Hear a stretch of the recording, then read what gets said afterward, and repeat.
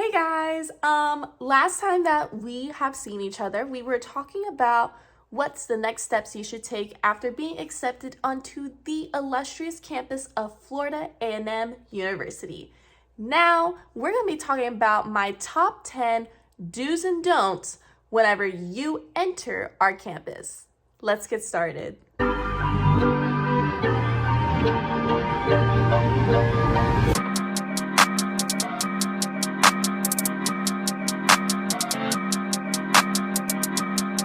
What's up everyone? Welcome back to my channel, and today, as I said earlier, we're going to be doing the top 10 do's and don'ts whenever you're entering our illustrious University of Florida Agricultural and Mechanical University.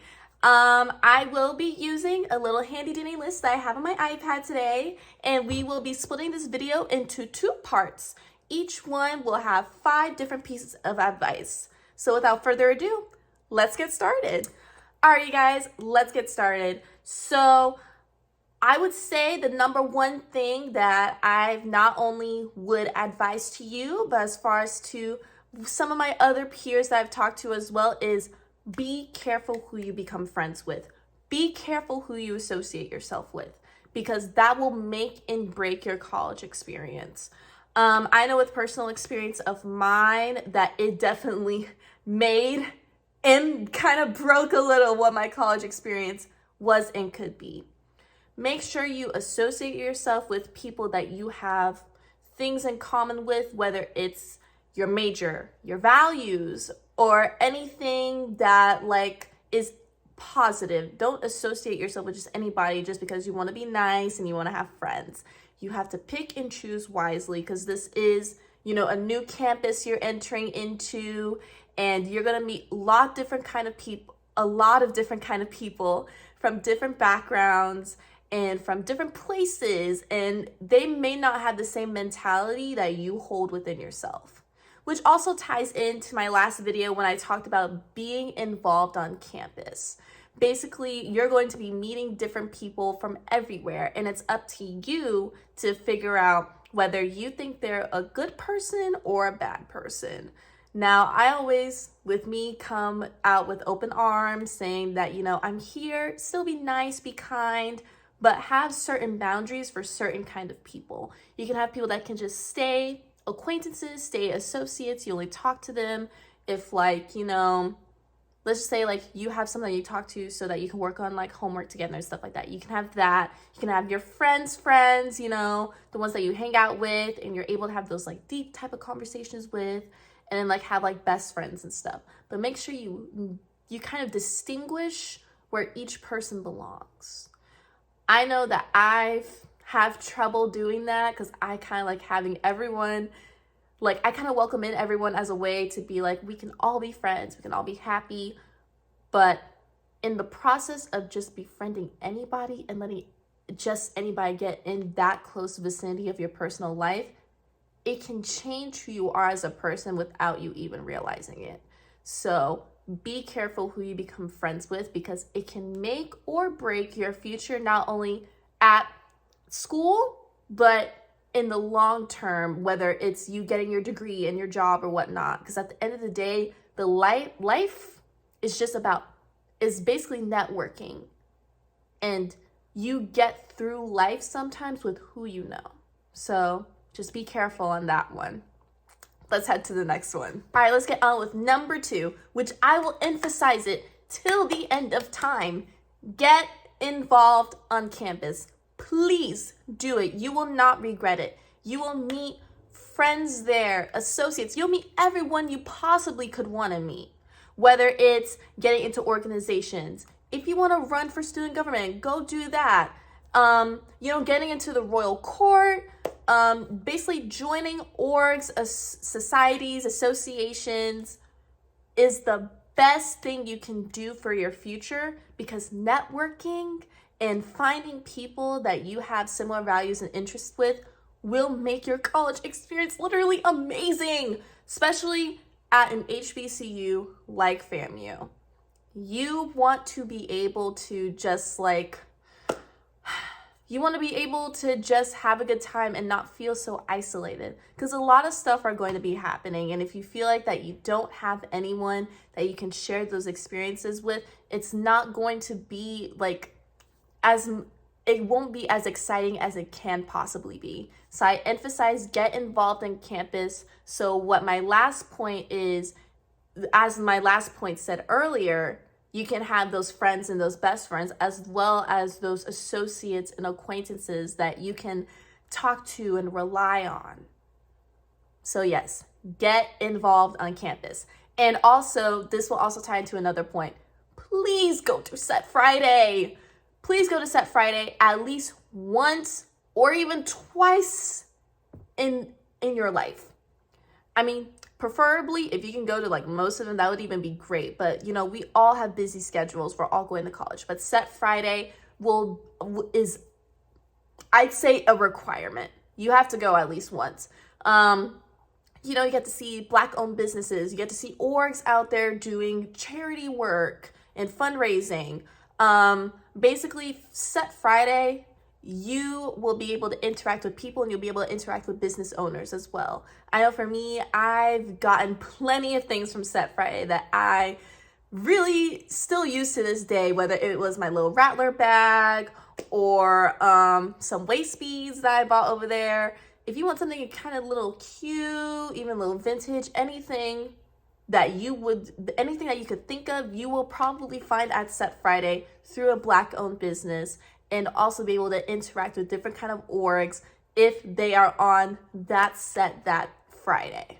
So make sure you keep on top with the Set Friday dates, because they have some for fall semester, they have some for spring semester. Unfortunately, they don't do one in the summer for people that are coming in for summer B, but this can definitely help you prep for the fall. And whenever you go to Set Friday, please dress to the 9s and to the 10s, because Set Friday is pretty much a fashion show with a theme for the entire semester. So step out, show out, be involved, and you will literally be thriving. I promise.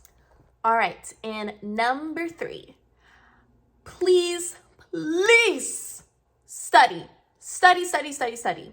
As much as I would want you to be involved and be able to be with your friends 24/7, at the end of the day, you came to college to do one thing, and that is study.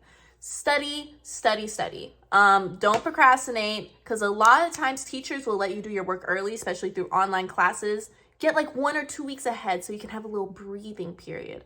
But don't use that breathing period unless it's an emergency. But study, even if you didn't do it in high school, college is a whole different playground, I would say. You will need to study. I know for me, I did dual enrollment back in high school, so I had that rude awakening a little earlier. I never really had to study for high school or anything, but the minute I started my college classes, it was a lot more to comprehend once I got into classes related to my major. I actually had to study, be able to retain the information, because at the end of the day, this is your career. You don't want to cheat or do anything that's going to be like basically doing anything with something that you're going to be doing for the rest of your life, and you don't know anything about it because you're skating by.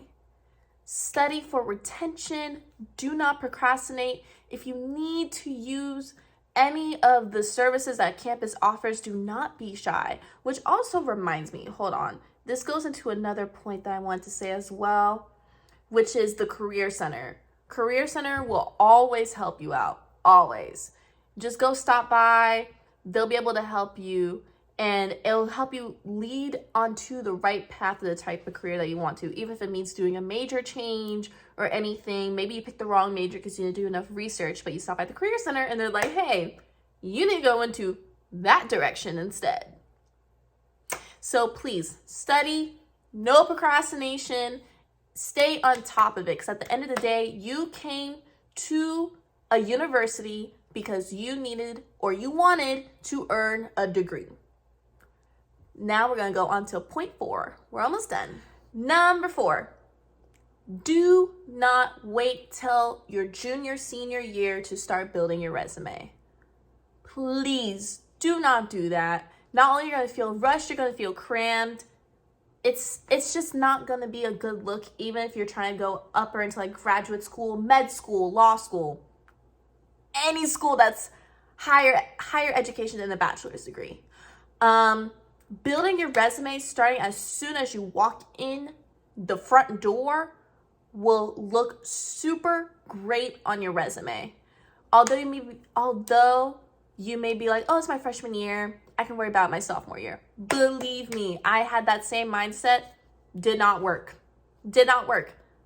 Like, not only that it's not a good idea, I would say also, whenever you're looking at it, whenever you see other people that are taking that initiative and then you're sitting there not doing anything, you're kind of just like, you kind of have like that little FOMO thing, fear of missing out.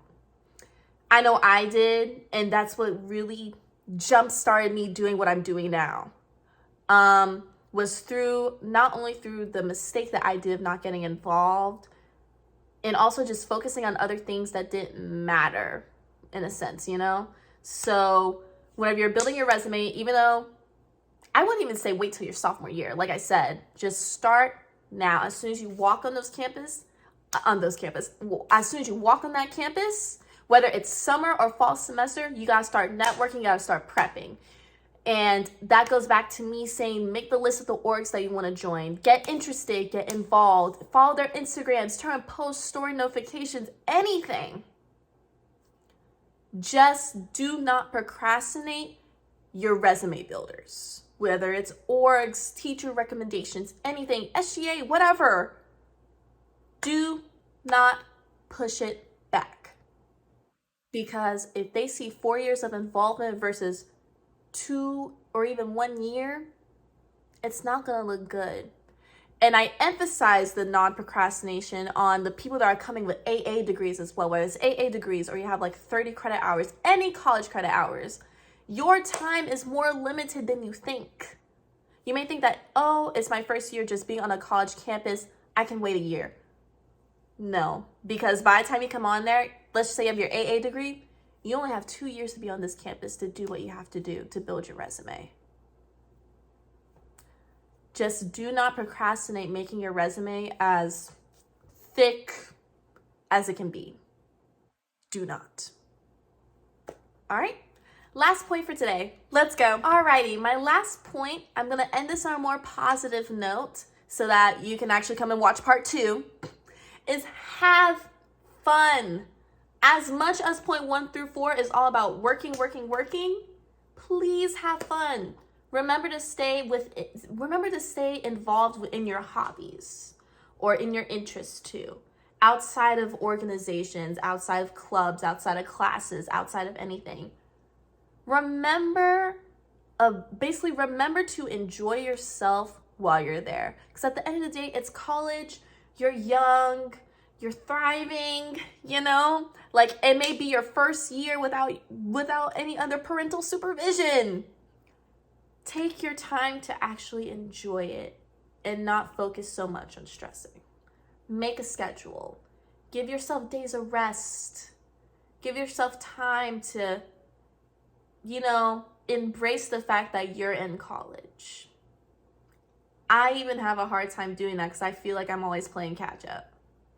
But take, a day or 2 out of the week, embrace the fact that you're here, you made it, take time to enjoy yourself and hang out with friends outside of all the orgs, outside all the networking, outside of anything. Go to brunch, go out to eat, go to the park, do anything that interests you that you'll have fun with. Go to parties.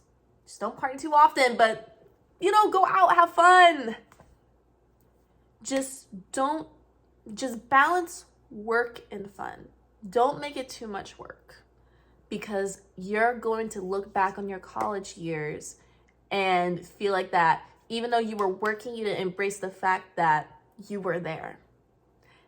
And although there is other advice that goes like work all so you can rest later, you still need resting periods within working.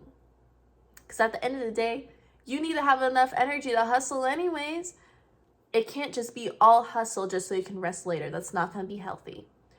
You hustle, tiny rest break, hustle, tiny rest break. After that, I think that's everything for part 1 for today.